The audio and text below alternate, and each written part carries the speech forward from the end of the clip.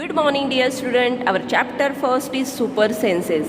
इस चैप्टर में हम सेंस के बारे में पढ़ रहे हैं। जो हमारे 5 सेंस ऑर्गन्स रहते हैं उसी से रिलेटेड यहाँ पे कुछ एक्टिविटी है, कुछ क्वेश्चंस है जो हम पढ़ रहे हैं। पिछले वीडियो में हमने देखा था कि कुछ एनिमल ऐसे रहते हैं कि जो रात को कुछ उनको अलग दिखता है कलर, और जब डे टाइम होता है तब उनको कुछ अलग कलर दिखता है। उसी से रिलेटेड यहाँ पे एक एक्टिविटी है। For this activity find a quite place in your school.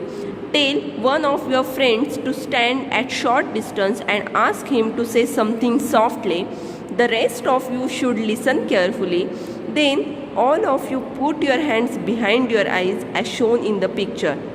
Let the some child say something again as softly as before, in which case the sound was sharper. Ask your friends to. हमें एक activity बोली है कि जहाँ पे कोई शांत जगह है वहाँ पे खड़े रहना है। आपका जो फ्रेंड है उसको कुछ थोड़े डिस्टेंस पे खड़ा रहने के लिए बोलना है, और उसे बोलना है कि आप कुछ बोलो। तो आपको उसकी वॉइस क्लियर सुनाई देती कि नहीं वो सुनना है। उसके बाद आपको क्या करना है, जो ये लड़की खड़ी है उस पोजीशन के आपके कान के पीछे हाथ लगाना है, और उस बच्चे को फिर से कुछ बोलने के लिए कहने के लिए बोलना है। तो आप उसकी आवाज़ सुन सकते हो कि नहीं प्रॉपरली। जब आप हाथ नहीं लगाते हो तब आपको आवाज़ क्लियर सुनाई देती है, या जब आप हाथ लगाते हो कानों के पीछे तब आपको साउंड अच्छी तरह से सुनाई देती है, वो आपको पूछा है। तो बट ऑब्वियसली जब आप कान के पीछे हाथ लगाओगे तो आपको जो वॉइस है वो प्रॉपर सुनाई देगी। Okay, the sound was sharper when putting hands at the back of years. Okay, now put your hands over your eyes and say something. Can you hear your own voice? आपको आपके hands कान पे लगाने हैं, कान के पीछे लगाने हैं and कुछ बोलना है। आपको आपकी क्लियर वॉइस सुनाई देती है? यस, आपको आपकी क्लियर वॉइस सुनाई देगी। आप ये एक्टिविटी ट्राई करके देखना, फिर आप मुझे बोलना कि ऐसा होता है कि नहीं होता है। Now there is one another activity. Sit near a desk. Tap a desk one with your hands. Desk के पास बैठना है और उसे टैप करना है और लिसन केयरफुली और सुनना है। उसके बाद क्या करना है, now put your ear on the desk as shown in the picture. देखो उसके बाद ये जो ऐसे लड़का डेस्क पे अपना कान लगा के बैठा है उस तरह से आपको भी करके देखना है. Now tap on the desk once again with your hand, और अगेन टैप करके देखना है. लिसन अगेन, फिर से सुनना है. Was there any difference in the sound of the tap? आपको कुछ डिफरेंस नज़र आता है? हाँ, वो तो आता है, आप करके देखो. अगर आप सिर्फ आप टैप करोगे सिंपली तो आपको जितनी क्लियर वॉइस नहीं सुनाई देगी, उतना अगर आप कान अपना डेस्क पे लगाओगे तो आपको वो क्लियर आवाज़ सुनाई देगी.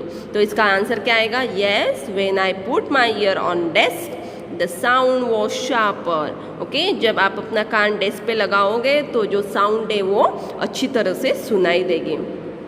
This is how snakes hear, they do not have external ears, they only feel the vibrations on the ground. जो स्नेक रहता है वो देख नहीं उसको ईयर्स नहीं रहते हैं, वो ओनली देख सकता है, और वो ग्राउंड के वाइब्रेशन से ही उसे सब कुछ समझ में आता है. Okay, now sound send messages. ये देखो यहाँ पे एक पिक्चर दिख रही है आपको. High up on a tree a langur warns others of dangers like a tiger और leopard. The langur does this making a special warning call. जो ये ट्री पे ही रहता है और वो टाइगर और लियोपार्ड्स के लिए डेंजर रहता है, और वो कुछ किसी को उसे कुछ मैसेज करना हो, किसी को कुछ बुलाना हो, या उसको कुछ बोलना हो कि कुछ अटैक होने वाला है, तो वो कुछ ऐसे साउंड देता है. एक कुछ अलग तरह से वो साउंड प्रेजेंट करता है. इससे वो उसके दोस्तों को पता चल जाता है कि कुछ होने वाला है. Birds also give alarm clocks to warn about the danger. Birds को भी यही आदत रहती है कि अगर कुछ आपत्ति आने वाली हो तो वो कुछ अलार्म देते हैं अपने दूसरे दोस्तों को. Some birds even have different sounds for different kinds of dangers. For example, there is a different warning call if the enemy is coming from the sky or if the enemy is on the ground. वो ना कुछ अलग तरह से sound बोलते हैं कि उनको दोस्तों को समझ में आ जाए कि जो ये संकट आने वाला है ये स्काई से आएगा या ग्राउंड से आएगा, मतलब जो भी उन पे अटैक करने वाला है वो उनको समझ जाता है और वो अपने दूसरे दोस्तों को भी तुरंत ही अपना मैसेज फॉलो करते हैं। Fishes give alarm call by electric signal, जो फिशेस रहते हैं वो भी एक अलार्म क्लॉक देते हैं इलेक्ट्रिक सिग्नल के through. Okay, some animals start behaving in a different way when an earthquake or storm is about to come. People who live in the forest and can observe such behavior of animal come to know of the danger. कुछ animal ऐसे रहते हैं जब earthquake या storm आता है तो उन्हें पता चल जाता है, तो वो कुछ अलग तरह से साउंड क्रिएट करते हैं, तो उनको पता चल जाता है दूसरे एनिमल्स को भी कि कुछ संकट आने वाला है। ओके, उनका जो बिहेवियर है वो चेंज हो जाता है। ओके, नाउ यहाँ पे देखो एक डॉल्फिन की पिक्चर दी हुई है। Dolphin also make different sound to give messages to each other. Scientist believe that many animals have special language of their own. Dolphins कैसे रहते हैं, कुछ साउंड क्रिएट करते हैं अपने फ्रेंड्स को मैसेज देने के लिए। साइंटिस्ट का ये कहना है कि बहुत सारे एनिमल्स रहते हैं कि जो ये मैसेज सेंड करने की उनकी एक अलग ही लैंग्वेज रहती है। अब उसी से रिलेटेड यहाँ पे कुछ क्वेश्चंस हैं। Can you understand the sound of some animals and which animals? आपने कभी एनिमल्स के आपको जो साउंड है वो समझ में आते हैं और कौन से एनिमल्स के? तब उसका आंसर हम देखेंगे।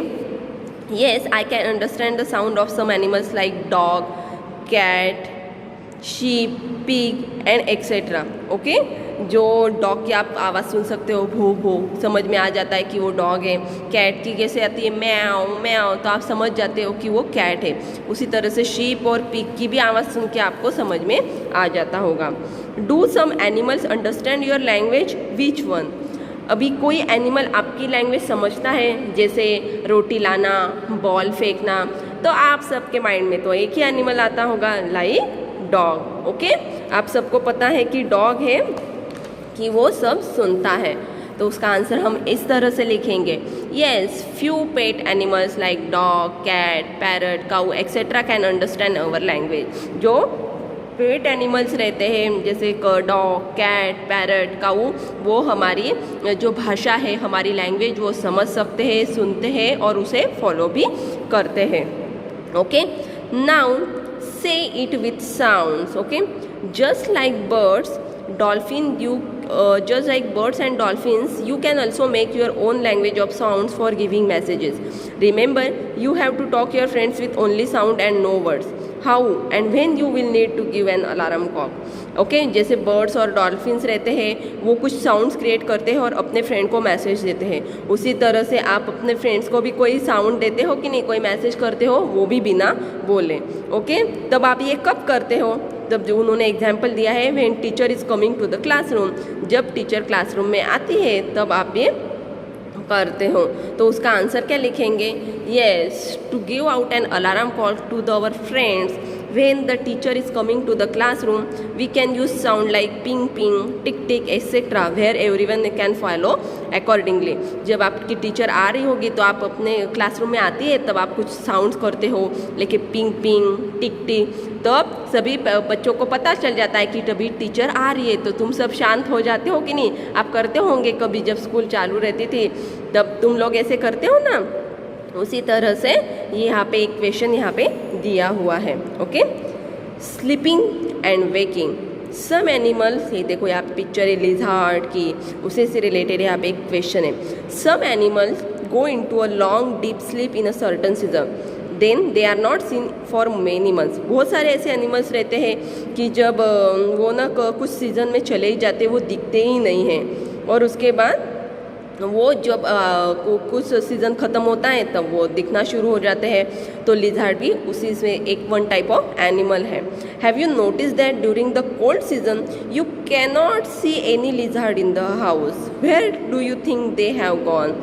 जब ठंड का सीज़न रहता है तो किसी के भी घर में आपको लिज़ार्ड नहीं दिखाई देगी। आपको क्या लगता है कि वो कहाँ जाती होगी? तो उसका आंसर है yes, I have notice that the during cold season we can not see any lizard in the house. जब ठंड का सीज़न आता है तो आपको किसी के भी घर में लिजर्ड नहीं दिखाई देती है, because they might have move to some warmer place to protect themself, क्योंकि वो ठंड के सीज़न में किसी और जगह पे जाती होगी जहाँ पे उसको गर्माहट मिले, ओके, वो खुद को प्रोटेक्ट कर सके। Okay, now sloth. Okay, next session में हम ये नेक्स्ट जो स्लॉथ है और उसी से रिलेटेड जो क्वेश्चन है वो पढ़ेंगे। Okay, thank you.